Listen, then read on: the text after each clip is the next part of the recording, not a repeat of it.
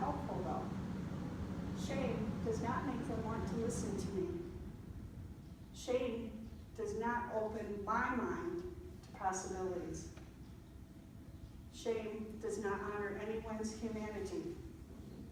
So while I'm still quite disappointed in their lack of positive actions for human rights, I'm moving past judging toward problem solving.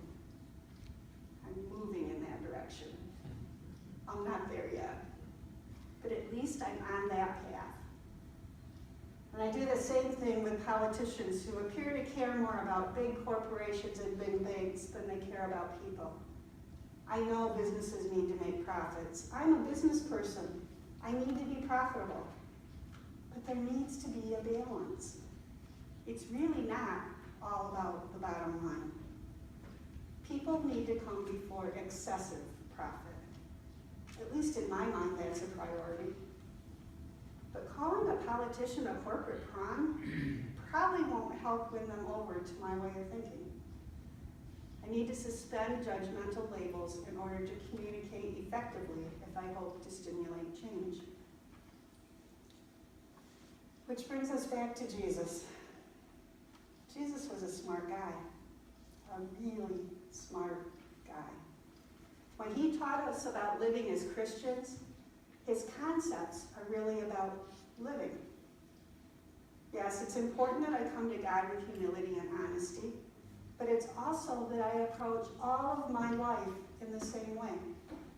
It's not just about avoiding judging the people I worship with and whether they are doing church the right way or not.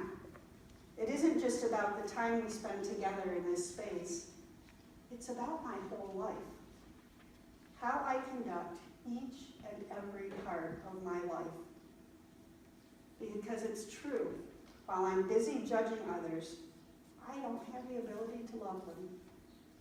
I need to suspend the judging in order to make room to run the loving program in my brain, so they compete for the same space.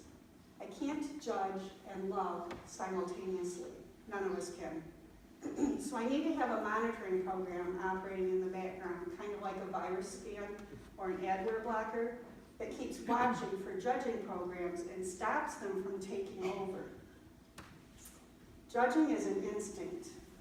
On a certain level, it's a survival tool. But beyond survival, it has the potential to interfere with quality of life. The safety judging program is vital. It needs to load on a priority level.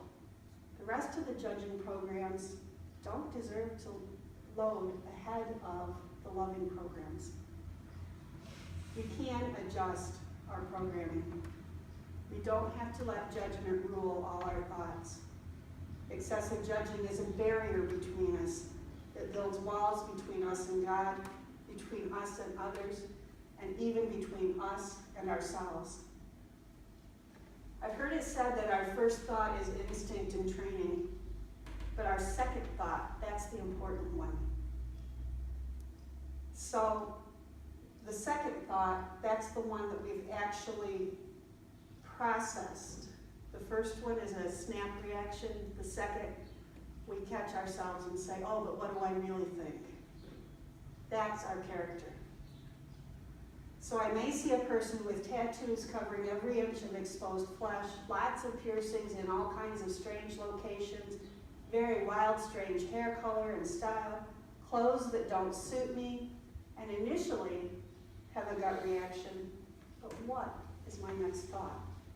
Can I move myself from my initial negative thought to one of acceptance? Can I suspend judgment even when I can't go so far as to embrace the choices of another person?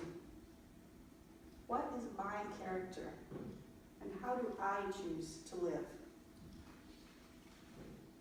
Am I going to be the judge and jury for all of humanity? Or am I going to be a person attempting to love all people the way Jesus loves me? In all of life, love wins. Love is the first job of all humans. Love is the prime directive of all Christians.